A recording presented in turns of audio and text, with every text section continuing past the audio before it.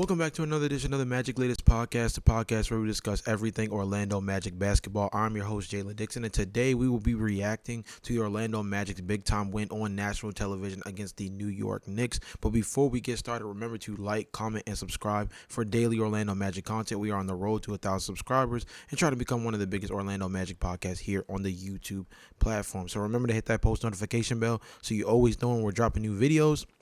And let's go ahead and get right into it. So as I mentioned at the top, Orlando Magic get the dub on the road at Madison Square Garden, 124-107. Big time performances from the two leading scorers for the Orlando Magic being Franz Wagner with 28 points along with 9 rebounds, 4 assists, and got to the free throw line 8 times, along with Desmond Bane, who had another 20-piece, 22 points, 6 rebounds, 8 assists, 7 of 15 from the field, 5 of 5 from the free throw line, and 3 of 6 from beyond the arc. Others to throw out there as notable performers in this game, I think the two that stand out the most to me is Jalen Suggs, someone who I thought stood out really well on defense, active hands, 2 stocks in this game, and Anthony Black off the bench with 17 points as well as 3 stocks in this game. A lot of active hands, a lot of physicality within this game, and I think the Orlando Magic understood the magnitude of coming off of that Portland Trailblazers win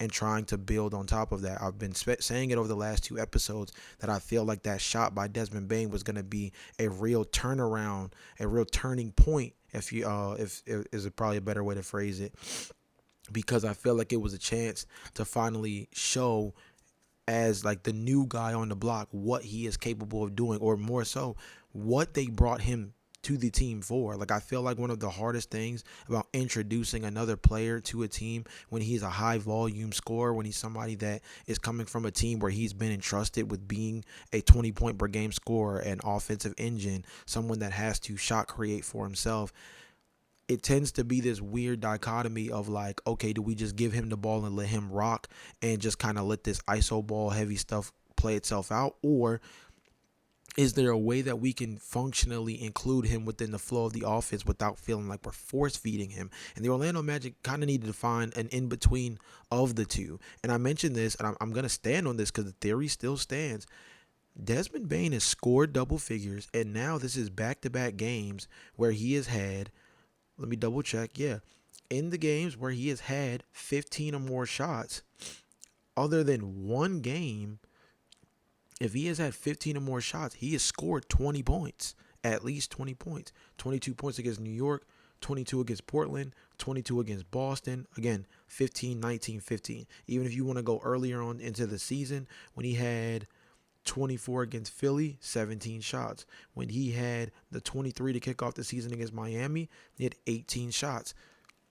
He is somebody that needs to be able to get real rhythm on the ball, and I thought this was another real opportunity for him to do that, and along with the passing chops, was really able to get some other guys involved within this game. So I think the big time for Desmond Bane, obviously Franz Wagner, big time for what he was able to do offensively. I thought it was huge that he was able to get to the free throw line. I thought it was great that this entire starting 5 was able to get to the free throw line at such a high clip. We'll talk about that more in a second. But also, even the bench was getting in on it. Goga Batazde got to the free throw line 6 times. Jonathan Isaac got to the free throw line 4 times.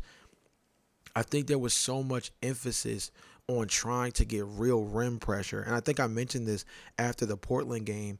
This Orlando Magic team is so much better when they're able to get legitimate paint touches. Now, granted, it's very crowded down there because of the fact that people do not trust their three-point shot. We talked about that crazy stat last episode, where it was like some crazy low shooting percentage against wide open threes, right?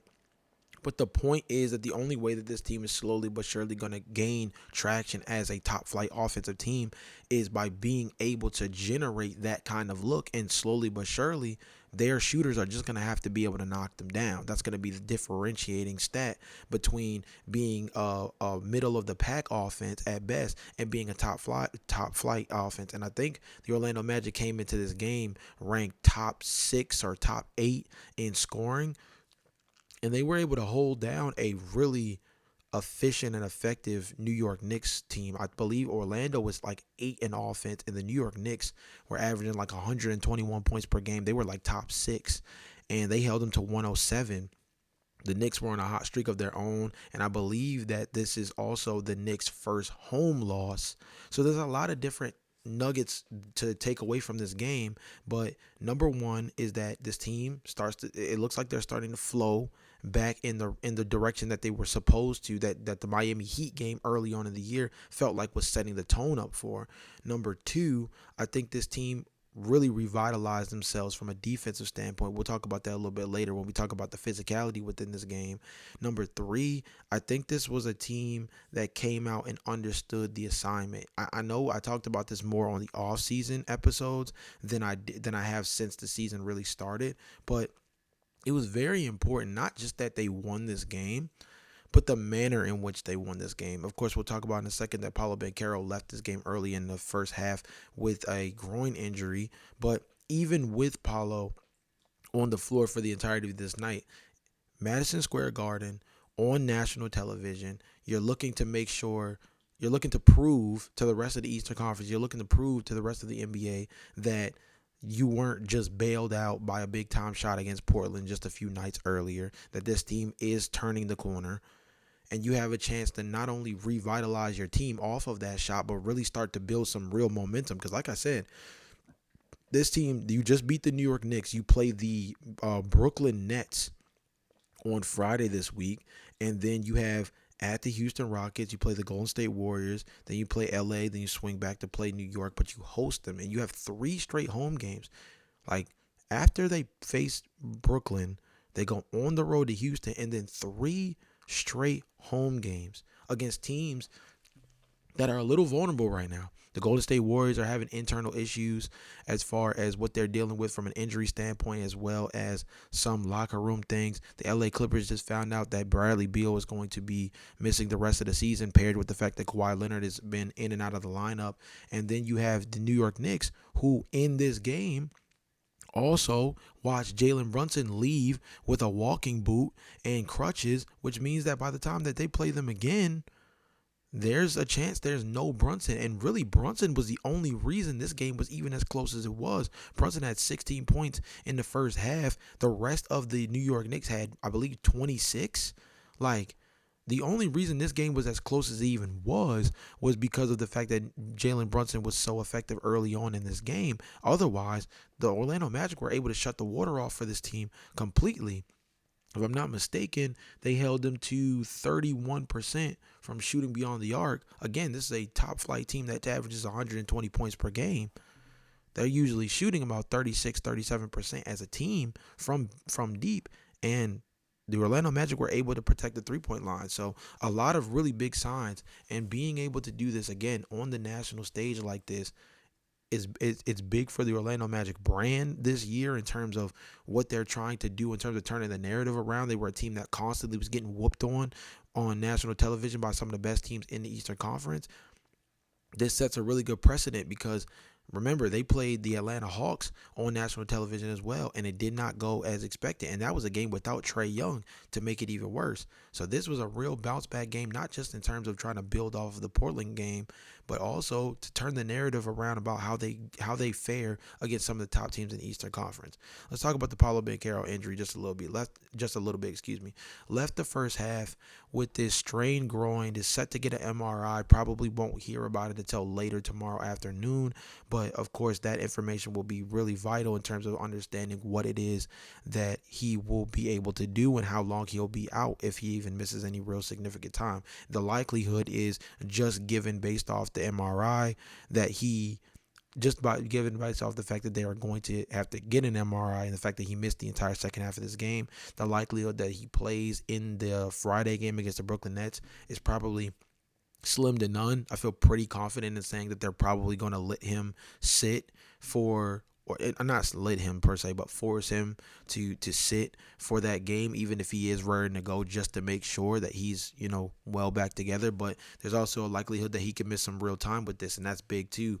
And it's going to force some guys that have to really step up. Jonathan Isaac and Tristan Da Silva are going to get a lot more minutes. What does the starting lineup look like if Paulo Banchero isn't starting? I think I had to really ponder over what I think the best version of this team looks like. And I think from a starting five perspective, I think Jalen Suggs, if he's going to be healthy and play, I believe in this game he played 26 minutes.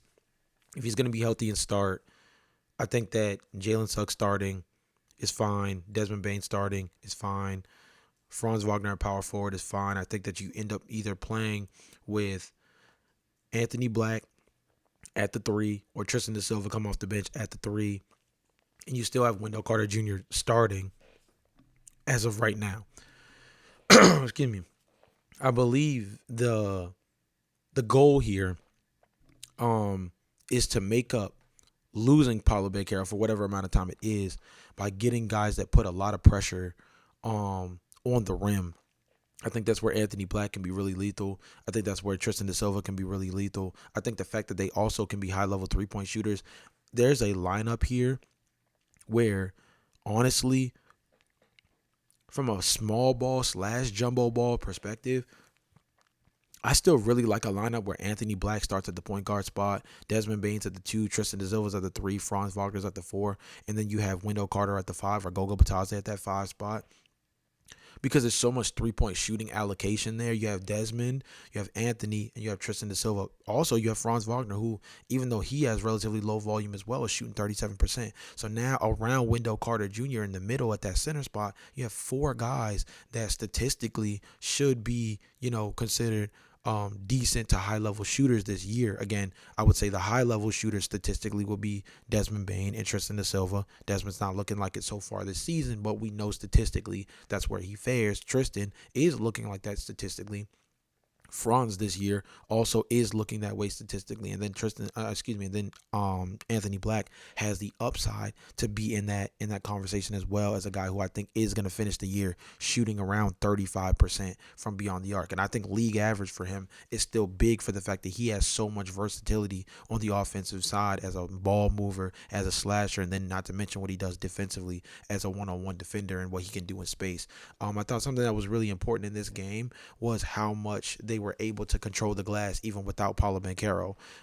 59 rebounds to the New York Knicks 45. Also, Paulo Banchero missing this game and the free throw disparity being by 10. The Orlando Magic got to the free throw line 33 times. The New York Knicks got to the free throw line 23 times. For context, Banchero had only gotten to the line 2 times before going down. He finished the game with 4 points, 4 rebounds, and 2 assists. I think this Orlando Magic team, I hate to say this because it tends to stir up this narrative that guys are holding their teams back, when in reality, if you have a star caliber player like Paulo Banchero, they only uplift your productivity on the floor, even if there's a certain play style that does create complications.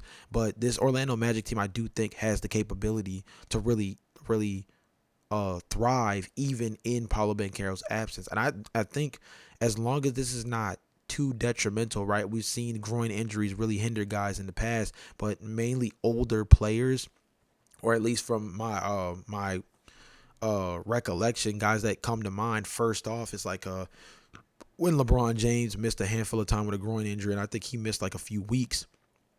But he's a much older player, so you have to ask yourself whether or not that had any kind of real influence on why the timetable was what it was. We'll have to see for Paulo Banchero. It sucks even worse because the game was on his 23rd birthday. I think he actually came into the game saying the only thing he wants is a dub.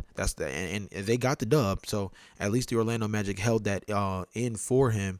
But unfortunately, he wasn't able to be a big-time participant.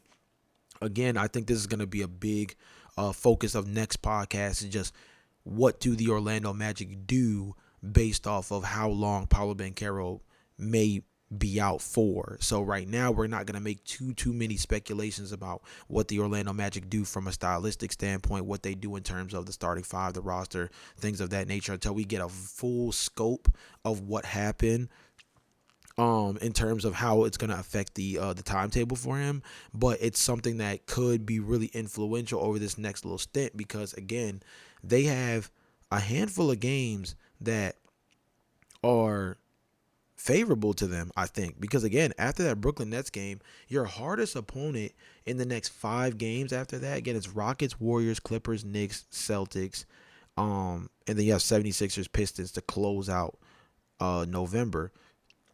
You're in a situation where if you go back to, let's say, what was that? Celtics would be 1, so 2, 3, 4, 5, 6, 7, 8, 9, 10, 11. So let's use the Trailblazers game as the very starting point of what would be a 10-game stretch to close out November, right?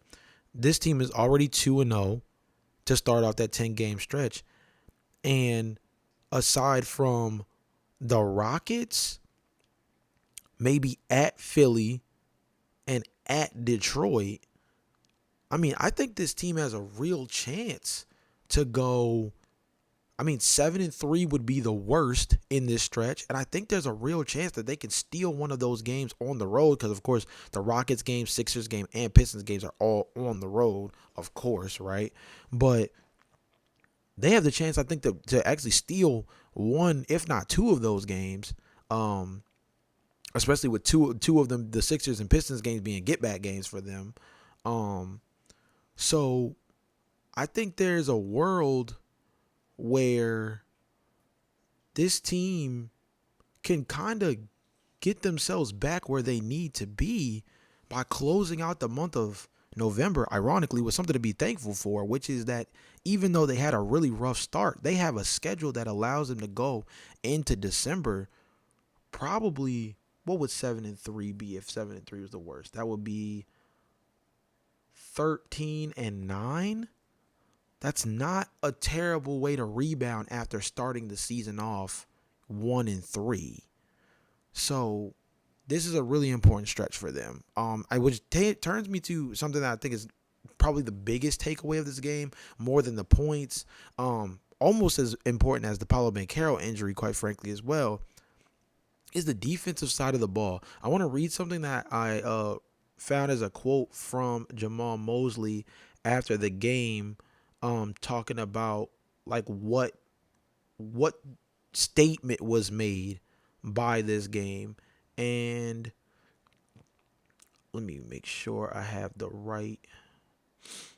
I want to make sure I have the right quote because there was kind of two or three that really stood out. Let me start with this one. It says, "I'm proud of the way our guys defended. That's the first priority. That's who we are, a defensive team that can get out and run because of our defense. To be able to be physical on the ball without fouling, our ability to guard the right way, contest all shots, and keep them off the three-point line, to limit them to that and get them into our range is what we tried to do." I think that is so important. Orlando Magic fans, since the start of the season, have been screaming through the television, asking, why are we not the same kind of defense that we looked like last year? Last season, they finished top 2 in defensive rating, and they didn't have, I've said it a million times on the podcast, and I got to keep reiterating it, the big three of Jalen Suggs, Franz Wagner, and Paolo Banchero only played a combined 7 games together on the floor. Only 7 games on the floor last season. And they were a top 2 defensive rating based team last season. So why is it that they were middle of the pack to kick off the first double digit amount of games of the season? Why is it through the first 10 games of the year, they're a middle of the pack, if not worse, team defensively? It never made sense, and it felt like they were losing their identity actively within the beginning of the game within the beginning of the season by being so caught up in trying to be this high-powered offense, trying to be this run-and-gun offensive style. And I think that Desmond Bane said something that I thought was really important about this team trying to fight towards reestablishing themselves as the team they're supposed to be. He said, it felt like we were together from the very beginning all the way through the end. Paolo Banchero obviously went down with a sprained left groin in the second quarter, and we suffered a little bit of adversity with that. They made their run, but we stayed together and found a way to make plays when they matter and get stops when they matter. A good collective team win. later on, Jamal Mosley said something I think is really important because, again, it's all about grounding for this young team. He says, it's not a statement, it's our process. If we can sit down and guard the right way every single night, trust the pass, share the ball, get out on the break and convert on the break and do a better job defending without fouling, that's our process. The result, the result will take care of itself. But we have to continue to focus on our process, and it starts on the defensive end of the floor. I think this is how Jamal Mosley is going to win the press conference. This is how Jamal Mosley is going to win Orlando Magic fandom back. You have to get back to the bread and butter of this team. Defensively, this team flying around, guarding with physicality, being able to do so. Again, the New York Knicks only got to the free throw line 23 times in this game. Jalen Brunson, for context, because a lot of people are going to say, oh, well, Jalen Brunson got injured in this game. No. Let's not get lost in the plot here. Jalen Brunson played in 36 minutes of this game. Jalen Brunson went down late. Jalen Brunson even fouled out in this game. And I think the foul out was partially associated with the injury that he suffered, but neither here nor there. Jalen Brunson is one of the best at getting the free throw line. He actually got to the free throw line 13 of the New York Knicks 23 times. So that goes to tell you that outside of Jalen Brunson, who is a master manipulator at getting to the free throw line, other than him, this Magic team was able to guard in space and do really well protecting the paint without giving up the foul. So I think when you put all that together, again, it goes down to the process. It goes down to the identity of this team. Yes, do they want to be a top 10 offense? Sure. But if it's going to cost them both their identity and their ability to continue building off of the things that have made them so great over the last handful of seasons, it's not worth it. You have guys who can be big time in the clutch, like Desmond Bane, like Paolo, like Franz, who can get you a game by just being a high level individual performer. But the thing that permeates throughout the entire team, and I think this is going to be so important during this home stretch, they gotta don't just look past the Brooklyn Nets, because that's how you'll mess around and drop a game you're not supposed to. But at the same time, there's a 3-game home stretch here. There's a 3-game home stretch here after the Rockets game where they can really put something together, and it allows them to, I think what I'm trying to say is they have a chance to reestablish their identity. I think these last 2 games have been a really good chance to do so. Again, the Portland Trail Blazers and the New York Knicks coming into the matchups against the Orlando Magic both were averaging 121 points per game before facing Orlando. Trailblazers finished with 112 and the Knicks finished with 107.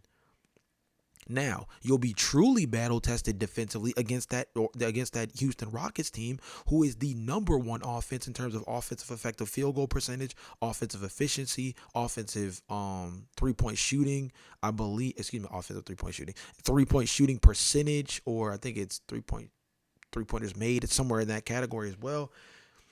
That is the most high-powered offense in the league right now, of course, led by KD and Alperen Sengun and Amen Thompson and those guys. So that'll be another real true test. But these last 2 games against 2 high-powered offenses in the Blazers and Knicks, Orlando was starting to get its groove back as a team defense. That's all going to start with being able to crash the glass. Again, they also won the rebounding battle 59-45. Orlando, again, I think, and you guys are gonna get sick of hearing me say this because I feel like I'm gonna say it a lot more than others. But I genuinely believe that when we look back, even at the start of January, when the Orlando Magic are more comfortably within the top 4 in the Eastern Conference seeding wise, and this team looks like they're rolling and they're 10 to 15 in offense and they're back to being a top 4 to 5 team defense in the league, we're going to look back at that Desmond Bane shot as a canon event for what represented a real turnaround for the Orlando Magic in a season where, honestly, I think they lose that Blazers game. You come into this Knicks game feeling a little defeated. You then watch let's say the same events happen of Paolo Banchero going down. You're coming off of the low of losing the Portland Trailblazers game where you essentially gave it away. Some Paulo Banchero missed free throws. You go into overtime and lose. Then you come into this game. You lose Paulo Banchero on his 23rd birthday due to injury against a New York Knicks team on national television. And everybody's saying, oh, it's going to be the same Orlando Magic getting pummeled by a top 10 team in the NBA on national television. And now here we are in a situation where they have a mini losing streak go on. They would be 4-8 in that. With that being the case, they would be 4-8. Would have lost their last three, and would have just been desperately floating above water trying to get a get back game at home against the Brooklyn Nets on Friday. That would have been the narrative around it. Instead, these last two games they've been insanely improved defensively, and now they have the chance to put together a little bit of a hot streak here because they've won their last two. I feel as though a lot of people would say the Brooklyn Nets game should be a third straight W. That's three straight in a row. And then if you get that win against the Houston Rockets, if you're able to show up that same defense that held those other two top level offenses to below their season averages, and you're able to do the same thing against the Houston Rockets, you then go into a 3-game home stretch where you're playing some teams that are pretty battered up. So a lot riding on this turnaround for the Orlando Magic. And I think just like Mosley said, just like Desmond Bain said, the camaraderie of this team is going to be really important. But reestablishing their identity defensively is going to be the most important thing. I think the defensive side of the ball becomes that much more important now if Paulo Banchero is set to miss more time down the lane. Because now you don't have that go-to 26, 27 point per game scorer as your number one option. Yes, Franz is more than capable of doing it. Again, finished with 28 points in this one. He's more than capable of doing so, but having someone like Paulo Banchero who can get to the free throw line at a 9 to 10 times per game clip, it creates a different dynamic offensively. But if this team is going to have to learn how to operate offensively without him, that puts that much more onus on their defense to hold up while they're working out the kinks of being without him on the floor. Last but not least, let's go ahead and talk about a couple of you guys' comments from last podcast. Let's start with a frequent commenter on the show, friend of the show, Sharp T9E. Shout out to you, bro. Said, I don't know why it's surprising to people that Mosley isn't the coach for this team anymore. All teams during a rebuild usually get a coach that they think can develop young players. When you get a playoff roster, then you upgrade the coach how you can. Mosley gets us through the playoffs when he doesn't have the experience. I think there's some real gems there to really touch on, and I think it goes back to something I've said over the last few episodes when we've talked about the Orlando Magic's coaching situation, is that sometimes the circumstances come to a point where simply a team outgrows the building stage, right? I think a perfect example of this even was, and unfortunately they didn't outpace the expectations that came with doing so, but the transition from JB Bickerstaff to Kenny Atkinson for the Cleveland Cavaliers. I think the reason why you make a move like that, despite how successful JB Bickerstaff was in coaching that team and had the most success as a Cleveland Cavaliers coach not under LeBron James, I think the reality of the situation was that they were capped out in terms of what they were able to do with a coach like that when you're in win now mode, when you're going from being a team that's just hungry, gritty, and trying to get to the top of the mountain, or even just like get to the side of the mountain. You're able to coach a different way. But once your focus is now pointed towards, we're trying to get not just to the top of the mountain, but we're trying to get all the way over to the other side. Now the voice in the room has to change, and either the coach already in the room has to understand and read the room and adapt with the times that show that, or you have to get a guy who can be that voice in the locker room instead. And that's going to be one of the biggest things for the Orlando Magic this upcoming season this season is because he's going to have to prove that he is the right voice in the room. For right now, I'm not willing to go out on a limb and say he's not the coach for this team anymore just yet, but I've said it on this podcast a handful of times. If there's a reality where Jamal Mosley is the quote-unquote Mark Jackson, it's going to be important to figure out who that replacement voice is that also gives them the upside of being able to take that next step and really move forward. Because if you get that wrong, you're gonna be the team that essentially clipped the coach that got your franchise back on track, because he was able to get this team not only back into playoff contention, but he was able to get a young roster to guard. And again, there's some real props you have to give Jamal Mosley for being able to pull that off, because of the fact that that tends to be one of the biggest issues for youthful basketball teams, is because everybody's so young, because there's so much emphasis on points and highlight plays. Playing defense tends to be one of those things in the NBA that becomes a lost art when you're focusing on a rebuilding team, because everybody's focused on trying to, you know, get their scratch in the league. They want to be all NBA. They want to be an all-star. They want to be recognized for what they can do. And the defense is not a pretty stat to keep tabs on. Nowadays with the stat analytic nerds and stuff like that, you get a little bit more favor for being a two-way player. But as Jabari Parker once said, you get paid to put points on the board. You get paid to get the ball in the basket.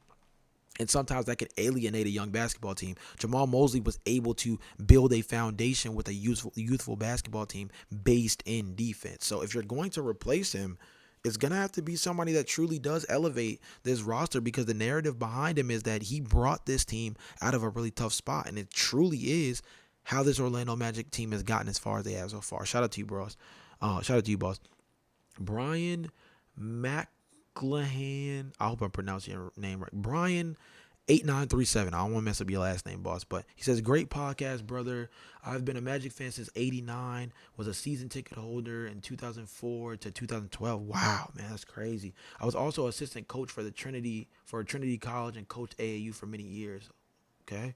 I've been saying Mosley is a good person, not a good coach. I can go into so many detailed situations over the years of his coaching, and it is so upsetting as a fan of this organization. We need Mike Malone, and we need him ASAP. Excited I found you, brother. First off, thank you for being a subscriber. Shout out to you. I really appreciate you tapping into the podcast, and it sounds like you're really enjoying the information that we go over on a day-to-day basis. And I really appreciate that I can be somebody that you can listen to on a daily basis. I hope those car rides feel a little shorter now with this podcast being in your rotation. DMZ Magic actually chimed in to your comment and said, I agree 100%. I was just saying that to someone yesterday. We should definitely go and get Malone if possible. Again, I don't think a hire like Mike Malone is going to happen in season, to be quite frank. And I think somebody actually in the comment section says, yes, RA2 Fly, excuse me, no. D-Lo Florida, RA2 Fly, I will read your comment in the section though. D-Lo Florida says Magic next head coach is already on the staff. Joe Prunty, the one they brought in as the offensive coordinator for this team, will be the next head coach if things do not work out. I think that's really important to throw out there, that they're going to give someone like Joe a shot first. Number one. Number two, it's very hard to just hire an outer name and bring them in the season. I think Mosley's going to get the whole year. We're gonna have this conversation throughout the entirety of the season, because it's something that Orlando Magic fans truly care about. It's something that I constantly am seeing in my comment section on a day-to-day basis, is that Mosley feels like a coach that's starting to not only lose the fan base, but now, as we talked about last podcast, it seems like he's also starting to lose certain names in the locker room. Paolo Banchero being one of them is a dangerous spot to be in. But I think truthfully, this team is going to get the benefit of the doubt of seeing what they can do over the course of an entire season before they start really having full conversations about moving off from somebody like Mosley. So I think I, to a certain extent, agree with you. Again, you've clearly been an Orlando Magic fan longer than I have, first of all. So let me throw that out there as saying that if you've got a very good eye for this Orlando Magic team, I have to take your word for it for what it is that you've seen from a coaching perspective, especially for somebody that has that kind of background. I would also say that I think Mike Malone may be a good coach to take this team to the next level from an elevation standpoint. Obviously, we know his experience with the Sacramento Kings. He's been a defensive-minded coach under a really good coaching tree.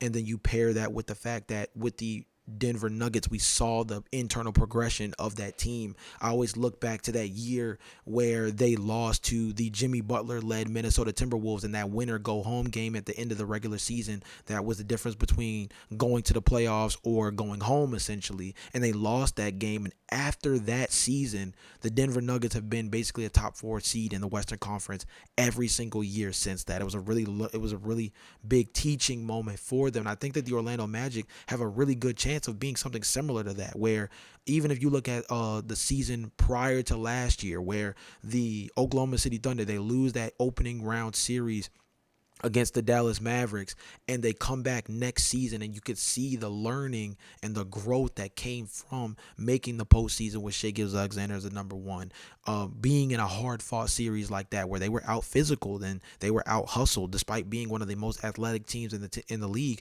the Dallas Mavericks took it to them, and I think they really took that to heart, and that's why they went out and got Alex Caruso and brought in Isaiah Hartenstein. Right, you do all of those things to really take what you learned from a series like that and build upon it. They've propelled themselves all the way to a championship. The Denver Nuggets, it took a little bit longer than maybe what Oklahoma City did in terms of learning from that, but Denver eventually was able to propel themselves into being a championship winning team as well, building from seeing that experience.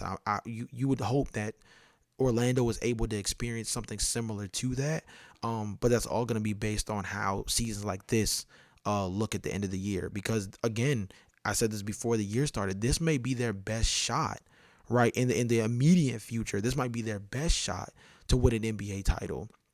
With the way the roster is constructed, with the injuries across the Eastern Conference, with the potential road they have to get to the ECF, so they have to be able to take advantage of it. If they can't, I mean, in a sense, you could say that the way this season ends will be a representation of where their ceiling with Jamal Mosley is. Now, if that's the ECF, you may be able to continue on with him because all you need is one more big break, and all of a sudden you go from the ECF to in the NBA Finals with a chance to win it all, a la what I think the New York Knicks did with Tom Thibodeau, moving on from him and bringing in Mike Brown. You hit your head on the ECF in back-to-back years, but don't make the big dance. Now you bring in Mike Brown with the hope that he can be the guy that puts you over the hump with one more good big break. Maybe the same thing is said for the Orlando Magic, but that only time will tell. But I think he's going to get the whole year regardless. Since I mentioned him in passing, I don't want to disrespect this comment. R.A. Fly actually kind of says the opposite on this one. It says, Jamal Mosley ain't going nowhere. He's fine. It's 11 games and fans calling for his head, SMH, and people wonder why NBA fans hate us. Amen. I don't know about NBA fans hating the Orlando Magic brass. I'm not sure about all of that stuff. But what I do know is I completely agree with you from the perspective of the fact that Mosley ain't going nowhere anytime soon. He's gonna get the full 82. He's gonna get the full 82, and he's gonna get the playoffs because they need to know what they have with this roster constructed with Desmond Bane as their third option. They're gonna give him at least a season to see what it can look like with this new trio, and hopefully a healthy season. Of course, Paulo Banchero just went down, which puts a little bit of a wrinkle in that.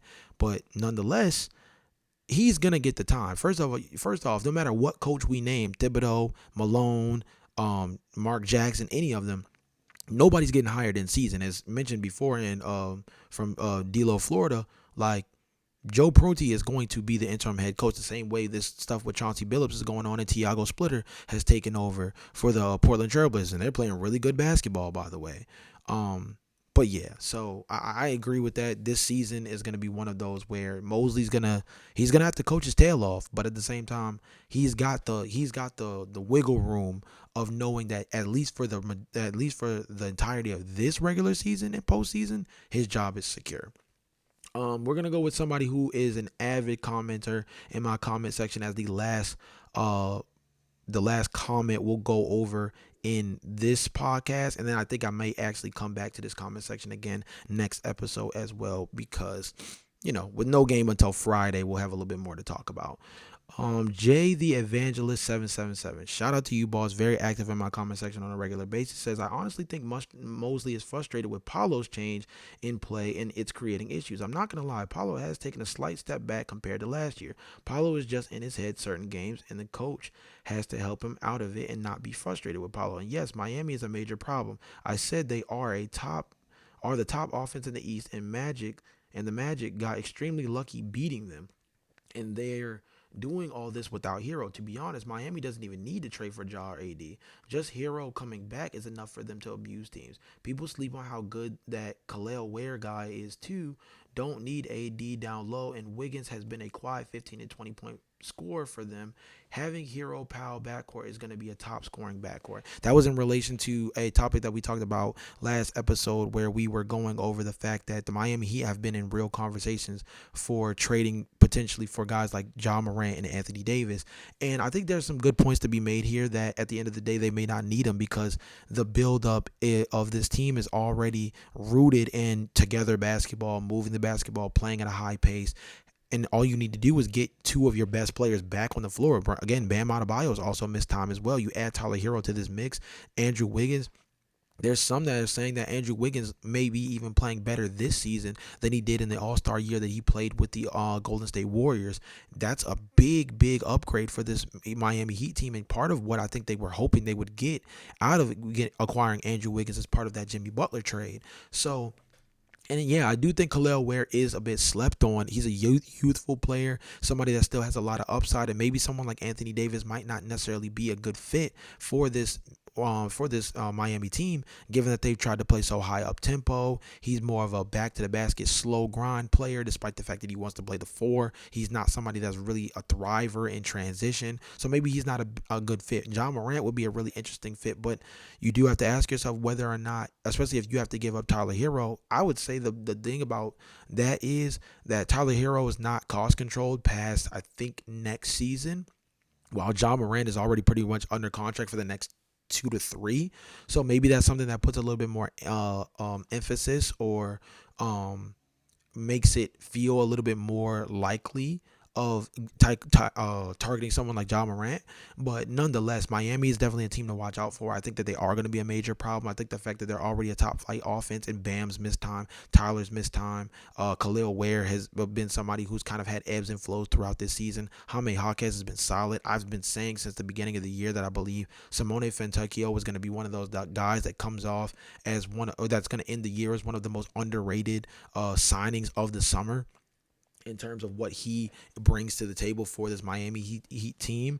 So they're going to have to be watched. They're going to have to be watched. And I think they're going to be solid, but I think the Orlando Magic have the chance to be able to compete with them on a real level. Like, especially if Paolo is healthy, I think that they can get right. And to go back to what you said in the first part of your comment, I wouldn't be surprised if there was a little bit of a frustration from Mosley's side that's created a little bit of a rift, more so than just Paolo being frustrated, because I do think that Paolo, his ability to settle for jumpers so much and his lack of focus on defense sometimes are things that when you're a defensive rooted coach, you tend to think about the idea of slowing the game down. And Paolo does so in a way where he slows the game down, but he does it in an inefficient manner. And when you talk about slowing the game down as a defensive minded coach, it tends to be with more passing. It tends to be with a lot more ball movement. It comes with the idea of trying to truly dissect and create mismatches. And Paulo Banchero sometimes within the flow of the offense can become a little too ISO heavy, and it takes away from that philosophy of together basketball, moving the ball, and things of that nature too. So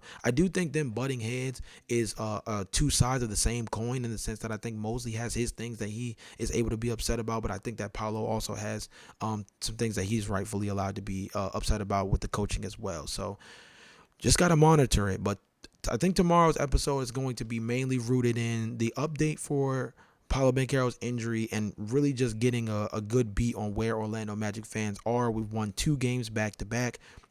We're going into the next 8 games of this 10-game stretch to close out November.